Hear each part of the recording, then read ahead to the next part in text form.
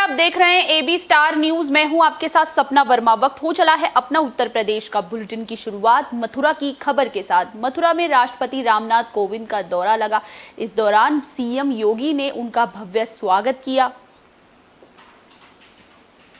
राष्ट्रपति रामनाथ कोविंद सोमवार के दिन मथुरा के दौरे पर पहुंचे और भगवान श्री कृष्ण की नगरी मथुरा पहुंचे। मथुरा के वृंदावन में राज्यपाल आनंदीबेन पटेल के साथ मुख्यमंत्री योगी आदित्यनाथ ने उनका स्वागत किया।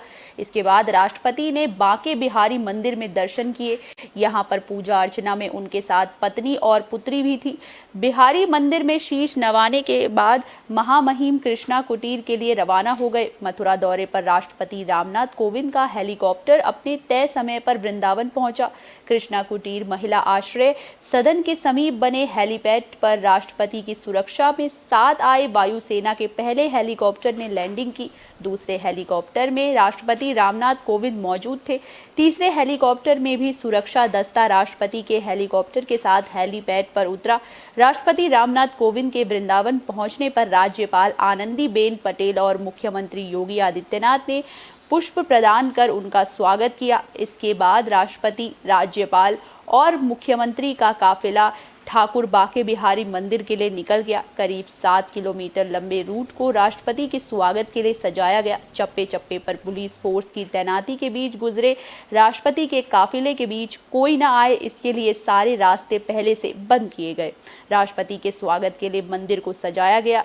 साथ ही साथ बांके बिहारी मंदिर के दर्शन कर राष्ट्रपति गदगद नजर आए। सबसे पहले राष्ट्रपति रामनाथ कोविंद ने आराध्य बांके बिहारी के हाथ जोड़कर दर्शन किए, जिसके बाद उनका काफिला आगे बढ़ गया।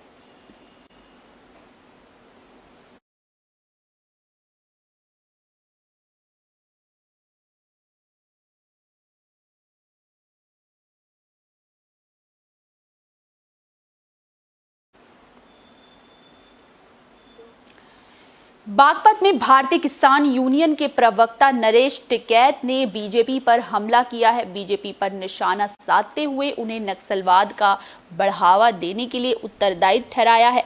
भारतीय किसान यूनियन के प्रवक्ता राकेश टिकैत ने भाजपा सरकार पर जमकर प्रहार किया। उन्होंने कहा कि भाजपा सरकार पश्चिमी उत्तर प्रदेश जैसे शांत और संपन्न इलाके को अपनी नीतियों से नक्सलवाद की ओर धकेलना चाहती है। केंद्र सरकार को अब सोच में बदलाव लाना चाहिए। पश्चिमी उत्तर प्रदेश के लोग शांति के साथ अपना जीवन गुजार रहे हैं। सेना में भर्ती योजना, अग्निपथ और नलकूपों पर इलेक्ट्रॉनिक मीट लगाने के विरोध में गांव बिजरौल में एक पंचायत हुई। पंचायत में भारतीय किसान यूनियन के प्रवक्ता राकेश टिकैत ने कहा कि युवाओं के भविष्य को देखते हुए केंद्र सरकार को अग्निपथ योजना को वापस लेना चाहिए। योजना वापसी की मांग को लेकर शांतिपूर्ण ढंग से आंदोलन चलाए जाने की जरूरत है। सरकार विपक्ष को खत्म करना चाह रही है और इसमें काफी हद तक सफल भी रही है। क्षेत्र के लोग शांति के साथ अपना काम कर रहे हैं, लेकिन सरकार को ये बात हजम नहीं हो रही है। सरकार इस क्षेत्र को नक्सलवाद की ओर धकेलने का प्रयास कर रही है। सरकार को अपनी नीतियां और योजनाओं को स्पष्ट करना चाहिए। चौधरी टिकैत ने कहा कि बिजली दरों की बात हो या गन्ने के मूल्य बढ़ाने की, यूपी सरकार को हरियाणा से सीख लेकर वहां के मूल्य यहां भी निर्धारित करने चाहिए।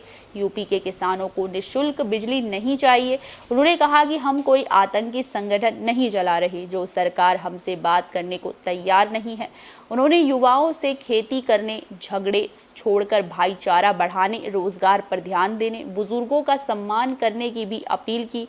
वहीं दूसरी ओर रालोद कार्यालय पर पार्टी कार्यकर्ताओं की बैठक हुई, जिसमें छपरौली विधायक डॉक्टर अजय कुमार ने अग्निपथ योजना को युवाओं के भविष्य के साथ खिलवाड़ बताया। बैठक में 28 जून को शामली में होने वाली युवा पंचायत में पहुंचने की भी अपील हुई।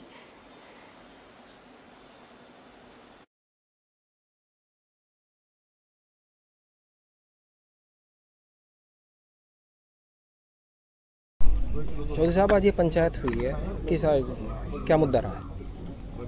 नहीं, पंचायत कहाँ है यार, ये तो एक जो अपना परिवार है इकट्ठा हो रहा।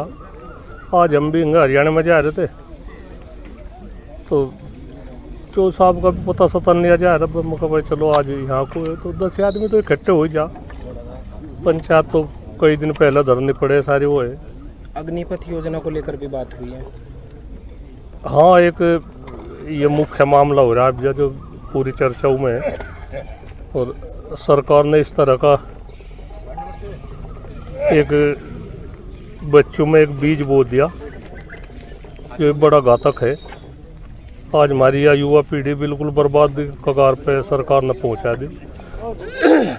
4 साल का जो इन्होंने ये वो एग्रीमेंट करा कि 4 साल में रिटायर हो जाएंगे, बस तब में 10-11 लाख रुपए मिल जाएंगे, तो क्या ये भद्दा मजाक है? इस तरह का नहीं चाहते। सरकार की बहुत बड़ी जिम्मेदारी है, कोई काम तो ऐसा करे जो बिल्कुल ठीक हो, जो जनता को भी अच्छा लगे। इसमें तो कुछ ठीक नहीं लग रहा है। सरकार की एक तानाशाही जो नज़र आ रही वह बड़ी घातक है। जैसे सरकार को सख्त जरूर चाह, पर एक क्रूरता की हद नहीं चाहते, क्रूरता की हद पार कर दे और इस तरह का वो ना करे। बातचीत करे जो कर पहले तो आ रहा आज़ादी तभी पहले मिलिट्री में भर्ती होते सारी वो बातचीत, इन्होंने ऐसी क्यों छेड़छाड़ करी? मिलिट्री का तो सेना का तो हमारा एक महत्वपूर्ण वो है, इन्होंने उसके साथ भी छेड़ाछाड़ी कर दी। जो टीचर है आज पेपर में पढ़ा उनके साथ भी छेड़ाछाड़ी कर रही। तो बिजली विभाग है ये प्राइवेट में दे दिया तो बचा कहाँ से? रेलवे का निजीकरण कर दिया, हवाई अड्डों का निजीकरण कर दिया, तो मतलब कुछ छोड़ा ही नहीं। तो पहली सरकारों तो बहुत कुछ यहाँ छोड़ रखा, और यहाँ से 2-4 घराने हैं जिनके उसमें सरकार इतना काम कर रही। तो ऐसा ना करो, जो गरीब जनता है इनके बारे में भी सोचो। कहीं हाईवे निकल रहे उनका कहीं रेट कुछ है, कहीं कुछ है, उनका भी जो एक प्रधानमंत्री ने एक वो कर रखा है कि भाई हम उनका भी रेट सही देंगे, सर्किल रेट का 4 गुना देंगे। विकास में किसान बाधा नहीं बनते। विरोध में आंदोलन हिंसक भी हो रहे हैं, बहुत सी जगह ट्रेन वगैरह भी जलाई जा रही है। हाँ, उसमें हम बच्चों को सब तो पहले यही हिदायत दे भाई इस तरह का वो ना करो। आंदोलन है, आंदोलन की तरह तो बिल्कुल शांति के तरीके से आंदोलन चलाओ, अपना ज्ञापन दो, अपनी विरोध प्रदर्शन करो, ना कि उस आंदोलन को हिंसक बने। हिंसक ने आंदोलन कभी भी कामयाब नहीं होने का। गाजियाबाद में अग्निपथ योजना के विरोध में कांग्रेस का सत्याग्रह देखने को मिला। कांग्रेस लगातार अग्निपथ योजना का विरोध कर रही है, जिसकी वजह से कई जगहों से हंगामे की खबर भी सामने आ रही है। अग्निपथ योजना के विरोध में कांग्रेस ने सोमवार को जिला मुख्यालय के बाहर सत्याग्रह किया, लेकिन ऐसा लग रहा है कि निशाना कहीं और रहा है, क्योंकि हाथों में राहुल गांधी के फोटो थे जिस पे लिखा था कि मोदी जब डरता है एजेंसियों को आगे करता है।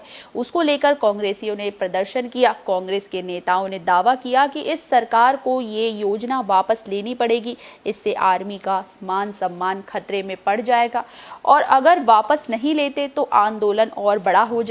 इस दौरान कांग्रेस के सभी बड़े नेता मौजूद रहे। हालांकि अधिक भीड़ इकट्ठा होना भी सबसे पुरानी पार्टी पर सवालिया निशान लगा रहा है। बता दें कि कांग्रेस समेत कई विपक्षी दल केंद्र सरकार की अग्निपथ योजना का लगातार विरोध कर रहे। इसी को लेकर कांग्रेसियों ने गाजियाबाद जिला मुख्यालय के बाहर सत्याग्रह किया।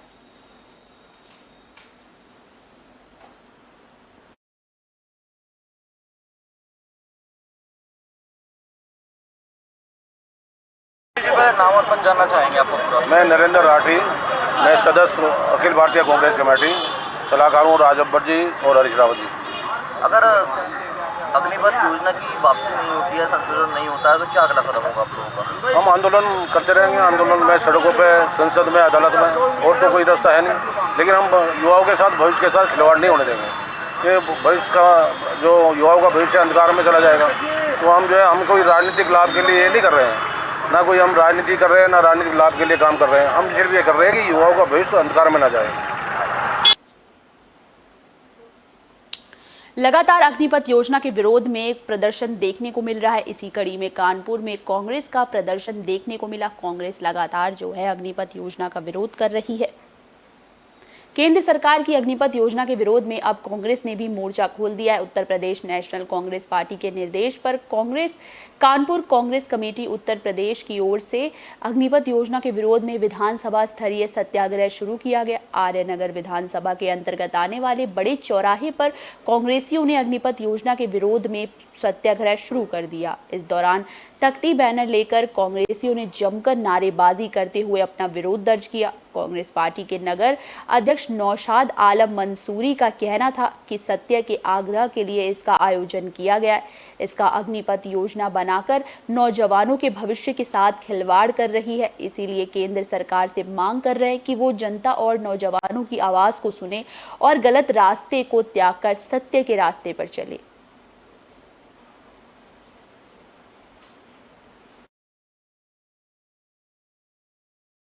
कांग्रेस पार्टी ने राष्ट्रीय स्तर पर विधानसभा स्तर में आयोजित किया है। सारी इकाइयां नौजवानों के साथ खड़ी हैं। अग्निपथ योजना पे नौजवानों के भविष्य के साथ जिस प्रकार सरकार योजना बनाकर भविष्य के साथ खिलवाड़ करने का प्रयास कर रही है, उसके विरोध में सारा कांग्रेस जन सत्य का आग्रह कर रहा है कि मान जाओ केंद्र सरकार, जनता की आवाज़ को सुनो, नौजवानों की आवाज़ सुनो, सत्य के रास्ते पे चलो, गलत रास्ते को त्याग दो। इसलिए आज हमारी ये लड़ाई है और हम इस लड़ाई को आखिरी दम तक लड़ेंगे जब तक इस योजना को वापस नहीं ले लिया जाएगा। क्या नरेंद्र मोदी ने अपने भविष्य का 4 साल का रिटायरमेंट लिखा है कि नहीं? 70 साल के बाद क्या सांसद विधायक रिटायरमेंट क्यों नहीं लिखते कि 4 साल बाद हो जाएगा? क्यों नहीं अपनी तनख्वाह सारी, इस देश का प्रतिनिधि, इस देश के लोग अपनी तनख्वाह जब चाहते बढ़ा लेते, और हमारा भविष्य 4 साल का।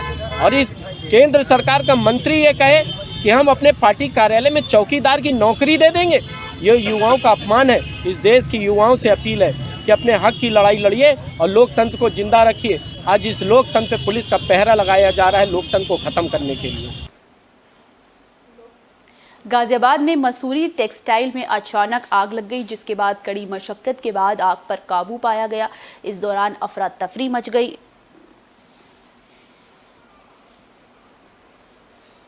गाजियाबाद के मसूरी थाना क्षेत्र के दासना में दीनानाथपुरम पुट्ठी में एमजी रोड पर टेक्सटाइल फैक्ट्री में सोमवार सुबह भीषण आग लग गई। सूचना मिलते ही दमकल की 6 गाड़ियां मौके पर पहुंची। पिछले 5 घंटे से दमकल की टीम आग बुझाने की कड़ी मशक्कत कर रही है। कड़ी मशक्कत कर दमकल कर्मी अभी भी आग पर काबू पाने की कोशिश कर रहे हैं। राहत ये कि हादसे में अभी तक कोई जनहानि की सूचना नहीं मिली है। गाजियाबाद के रहने वाले अमित की मसूरी में शिव शंकर टेक्सटाइल नाम की फैक्ट्री है। जानकारी के अनुसार ट्रांसफार्मर खराब होने से फैक्ट्री में रविवार को काम बंद था। अचानक सोमवार सुबह आग लगने से सूचना के आसपास इलाकों में अफरा तफरी मच गई। सीएफओ सुनील कुमार का कहना है कि काफी हद तक आग पर काबू पाया जा चुका है। टीम कड़ी मशक्कत कर आग पर काबू पाने की प्रयास कर रही है। हालांकि अभी तक आग लगने के कारणों का पता नहीं चल सका है।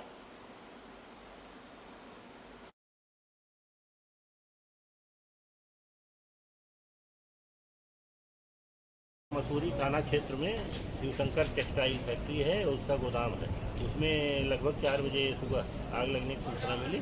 तत्काल जो है हापुड़ और गाजियाबाद से भी गाड़ियाँ यहाँ के लिए भेजी गई और देखा गया कि काफ़ी बहुत बड़ा 3 सेट का गोदाम है, उसमें आग लगी हुई थी और आग काफ़ी हिस्से में फैल चुकी थी। तत्काल चारों तरफ से घेर करके आग को बुझाने की कार्रवाई की जा रही है। लगभग आग बुझ गई है। अगल बगल की फैक्ट्रियों को बचा लिया गया है। किसी तरह कोई जनहानि नहीं हो पाई। शाहजहांपुर में इंटर के मेधावी छात्रों को राज्यसभा सांसद की ओर से सम्मानित किया गया। ये मौका काफी सुनहरा था। छात्रों के चेहरे पर इस दौरान खुशी की लहर दिखी। डॉक्टर सुदामा प्रसाद बाल विद्या मंदिर कन्या इंटर कॉलेज में मेधावी छात्रों को राज्यसभा सांसद ने सम्मानित किया। शाहजहांपुर के डॉक्टर सुदामा प्रसाद बाल विद्या मंदिर कन्या इंटर कॉलेज के छात्रों के अलंकरण समारोह का आयोजन किया गया था, जिसमें मुख्य अतिथि के रूप में राज्यसभा सांसद मिथिलेश कुमार शामिल हुए, जिन्होंने कार्यक्रम को संबोधित करते हुए छात्रों को जीवन में सफलता प्राप्त करने के नुस्खे दिए। साथ ही साथ उन्होंने आत्मविश्वास और अनुशासन और सकारात्मक सोच रखने के बारे में भी बताया। साथ ही साथ छात्रों को बड़ों का आशीर्वाद और विनम्र स्वभाव रहने की सीख दी। समारोह का आयोजन यूपी बोर्ड 2022 में हाई स्कूल और इंटरमीडिएट के टॉप 10 छात्रों के सम्मान में आयोजित किए गए थे। इस दौरान मुख्य अतिथि राज्यसभा सांसद मिथिलेश कुमार ने अपने अध्ययन काल का स्मरण सुनाते हुए कहा कि उस समय 75% के ऊपर के छात्रों को मेधावी माना जाता था। उन्होंने विद्यालय के परीक्षा फल की सराहना करते हुए विद्यालय को पूर्ण सहयोग देने का आश्वासन दिया और छात्रों के उज्जवल भविष्य की शुभकामनाएं दी।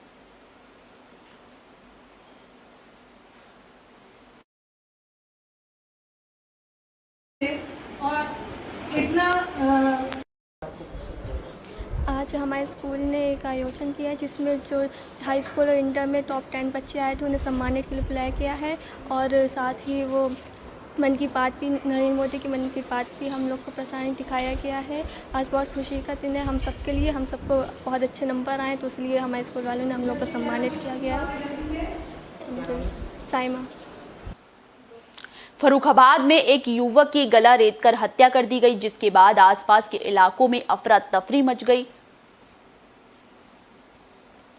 कायमगंज कोतवाली के रायपुर गांव के रामदास की गला रेतकर हत्या कर दी गई। सोमवार की सुबह उसका शव बहलोलपुर से मंसूर नगर जाने वाली रोड के किनारे पड़ा मिला। उसकी गर्दन पर धारदार हथियार के निशान मिले हैं। रामदास कासगंज जिले में अपनी बहन के पास रहता था। रविवार को वो अपने गांव में आया था। घर से किसी काम से निकलने के बाद वो नहीं लौटा। सोमवार की सुबह जब उसका शव रोड के किनारे पड़ा मिला तो आसपास के इलाकों में अफरा तफरी मच गई। घटना की सूचना पर कोतवाली पुलिस और सीओ मौके पर पहुंचे। फॉरेंसिक टीम ने साक्ष्य एकत्र किए और भतीजे दिनेश ने बताया कि रामदास ने बड़ी बहन के नाम जमीन कर दी थी और छोटी बहन के साथ कासगंज में रहता था। सीओ ने बताया कि परिजनों से फिलहाल पूछताछ की जा रही है।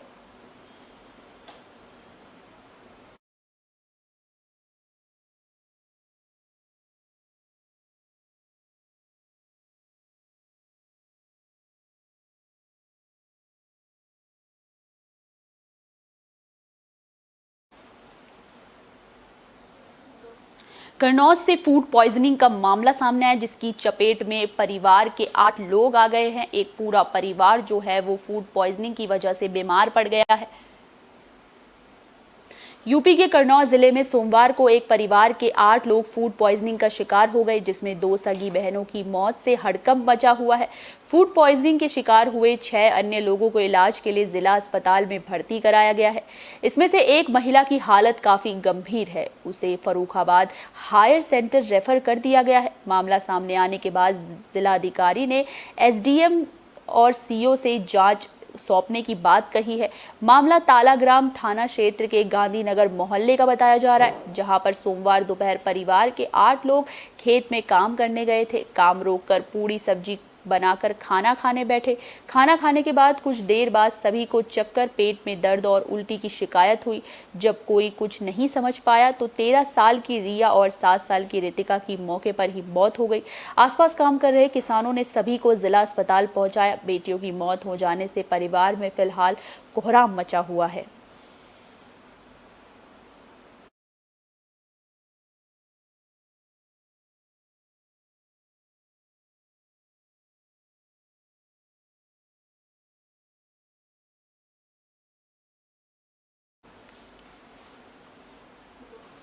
गोंडा में बदमाशों के हौसले बुलंद नजर आए। एक शख्स की दिन दहाड़े गोली मारकर हत्या कर दी गई, जिसके बाद इलाके में अफरा तफरी मची हुई है।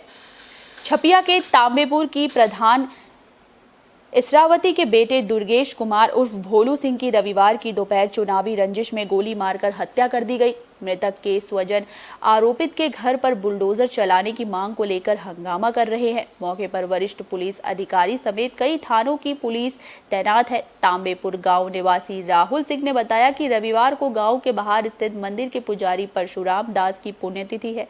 इस पर भंडारे का आयोजन किया गया है। उसका भाई भोलू सिंह और गांव के लोगों के साथ वहां तैयारी कर रहा था। जिस वक्त वो तख्त पर बैठकर सब्जी काट रहा था, उसी समय 3 लोग वहां पहुंचे। आरोप है कि उन्होंने पीछे से भोलू सिंह को तमंचे से गोली मार दी। इससे उनकी मौके पर ही मौत हो गई। वहां पर मौजूद कई लोग वहां से भाग खड़े हुए। घटना की जानकारी होते ही मृतक के परिजन वहां पर पहुंच गए। परिजनों ने जमकर हंगामा किया। मृतक के भाई ने गांव के ही 2 लोगों समेत 3 पर हत्या का आरोप लगाया है। आरोपितों के घर पर बुलडोजर चलाने की मांग लेकर स्वजन अड़े हुए हैं। एसएसपी शिवराज और सीओ संजय तलवार सहित कई थानों की पुलिस भी मौके पर पहुंच गई है।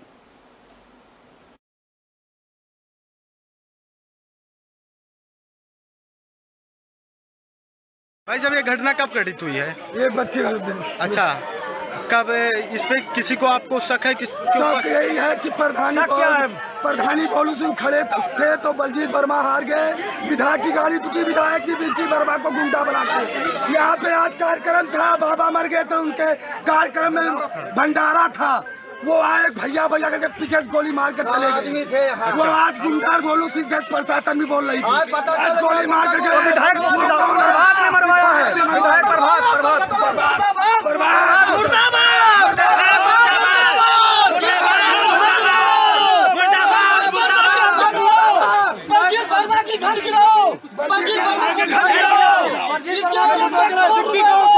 थाना छपिया अंतर्गत ग्राम ताबेपुर में एक व्यक्ति के गोली लगने की सूचना प्राप्त हुई थी, जिसका नाम दुर्गेश सिंह उर्फ भोलू सिंह था। इस सूचना पे पूरी फोर्स के साथ में स्वयं यहां मौके पे पहुंच के चेक किया गया है। कानून व्यवस्था की स्थिति सामान्य है। तहरीर प्राप्त करके मुकदमा लिख के अपराधियों के खिलाफ कार्रवाई की जा रही है। कानपुर महानगर में बोट क्लब का ट्रायल देखने को मिला। इस दौरान नौकाओं की प्रतिस्पर्धा देखने को मिली, जिसमें कि कई लोगों ने बढ़ चढ़कर हिस्सा लिया। शनिवार को बोट क्लब का ट्रायल भी एक ऐसा ही रोमांचक रहा। यहाँ एक ऐसा नज़ारा देख लोग दंग रह गए। बोट की रेस सभी के लिए आकर्षण का केंद्र बन गई। प्रयागराज की 2 टीमें पहले और दूसरे स्थान पर रही। फाइबर ग्लास की बनी इस बोट पर 4-4 खिलाड़ियों की टीमों ने सीटी बजते ही ऐसी चप्पू चलाई कि लोगों के दिल थम गए। प्रयागराज की 2 टीमें पहले और दूसरे स्थान पर अपना कब्जा जमाने में कायम रही। उत्तर प्रदेश पुलिस की टीम तीसरे स्थान पर रही।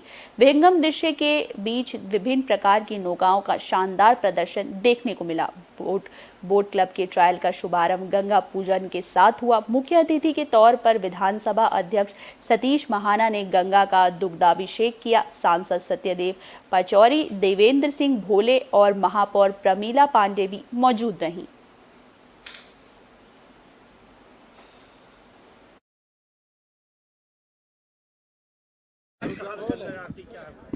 कानपुर के पतित पावन गंगा तट पर आज इस बोट क्लब के ट्रायल की शुरुआत हुई है।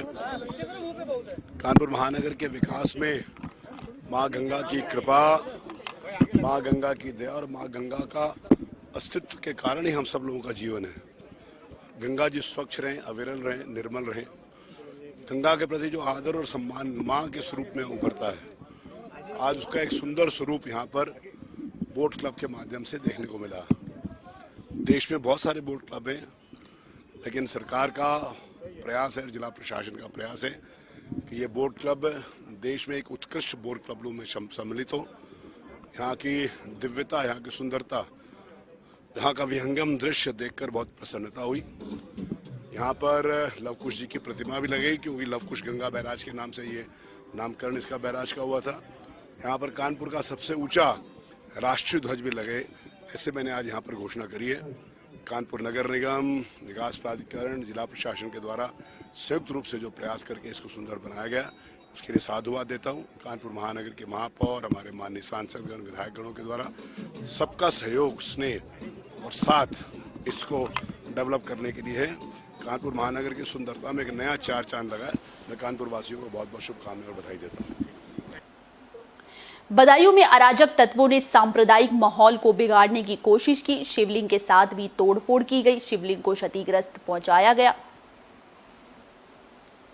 बदायूं के गांव पापड़ में वर्षों पुराने मंदिर खुराफाती तत्वों ने भगवान शिव के शिवलिंग को उखाड़ने की कोशिश की, जिससे कि वो क्षतिग्रस्त हो गया। हालांकि मंदिर में स्थापित नंदी की मूर्ति को वे तोड़कर उखाड़ कर ले जाने में सफल हो गए।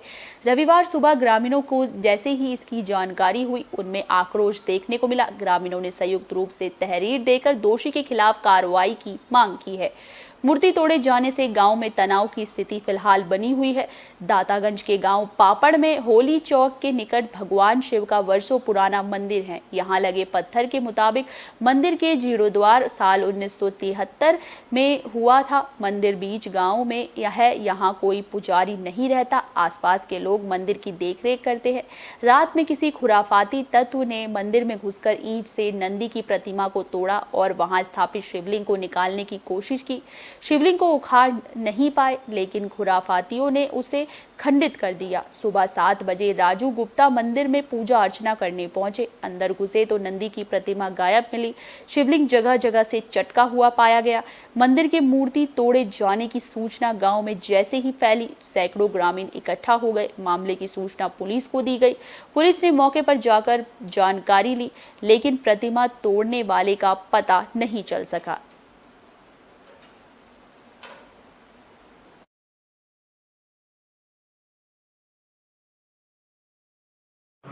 क्या नाम है आपका? संजीव कुमार गुप्ता। क्या हुआ है यहाँ पे? हम डेली मंदिर को धोने आते हैं। आज सुबह जब धोने आए थे तो देखा कि यहाँ पे नंदी बाबा की मूर्ति गायब है।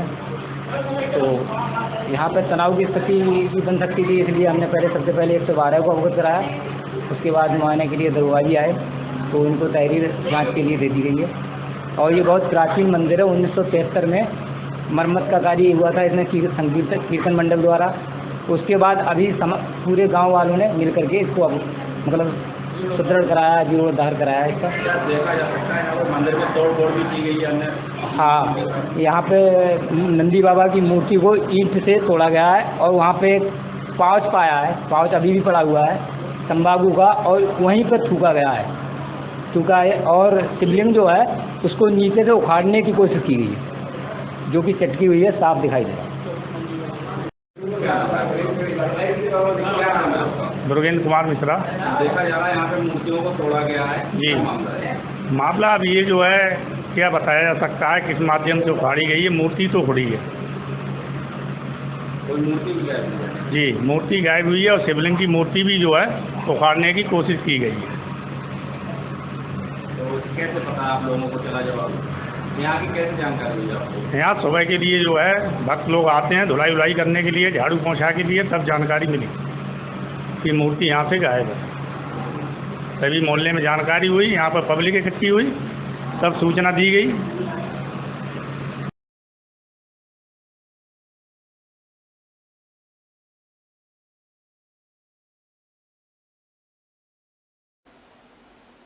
तो जैसा कि आप देख सकते हैं किस तरीके से जो है शिवलिंग पूरी तरह से क्षतिग्रस्त हो चुका है। शिवलिंग को तोड़ दिया गया है। किस तरीके से शिवलिंग के साथ जो है किस तरीके से अराजक तत्वों ने छेड़खानी करने की कोशिश की है, और साथ ही साथ नंदी की मूर्ति को भी वो उठा के ले गए हैं। किस तरीके से सांप्रदायिक जो माहौल है उसे बिगाड़ने का प्रयास किया जा रहा है। किस तरीके से लगातार जो है ग्रामीणों में आक्रोश देखने को मिला है। शिवलिंग के साथ जो है आप स्क्रीन पर हमारे देख सकते हैं कि किस तरीके से शांति व्यवस्था को पूरी तरह से भंग करने की कोशिश की जा रही है। शिवलिंग आगे से और पीछे से किस तरीके से टूटा हुआ नजर आ रहा है। स्क्रीन पर आप देख सकते हैं कि किस तरीके से अराजक तत्वों ने रात के अंधेरे का फायदा उठाते हुए न सिर्फ शिवलिंग को क्षतिग्रस्त किया है, बल्कि किस तरीके से जो है शिवलिंग के अलावा भी कई तरह से जो है उन्होंने नंदी को भी हार्म पहुंचाया है।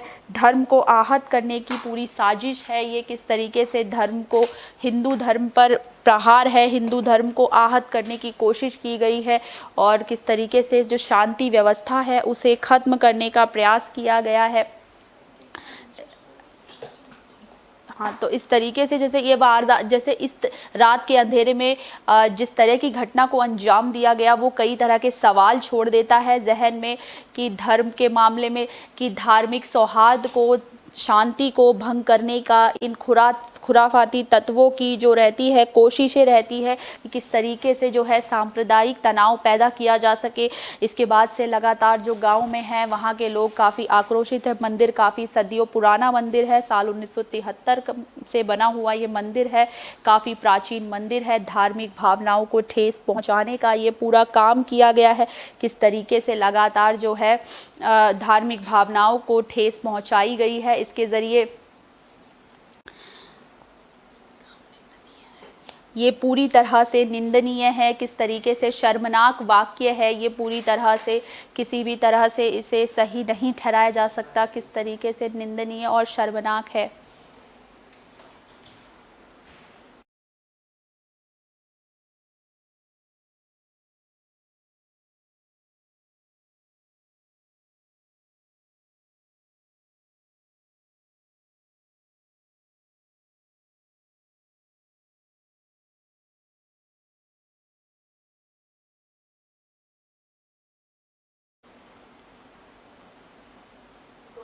बुलेटिन के आखिर में बात बलरामपुर में 2 युवतियों के साथ गैंगरेप की वारदात को अंजाम दिया गया।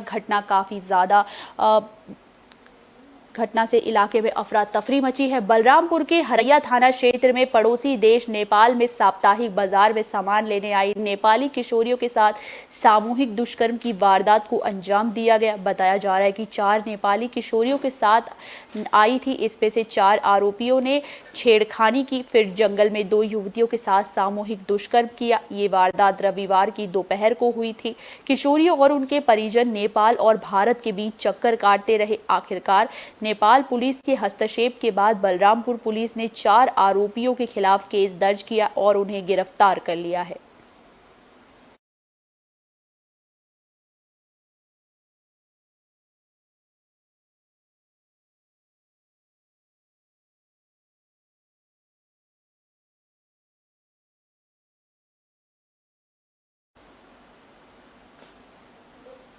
अपना उत्तर प्रदेश में फिलहाल के लिए बस इतना ही। मुझे दीजिए इजाजत। देश और दुनिया से जुड़ी तमाम खबरों के लिए देखते रहिए AB स्टार न्यूज़। नमस्कार।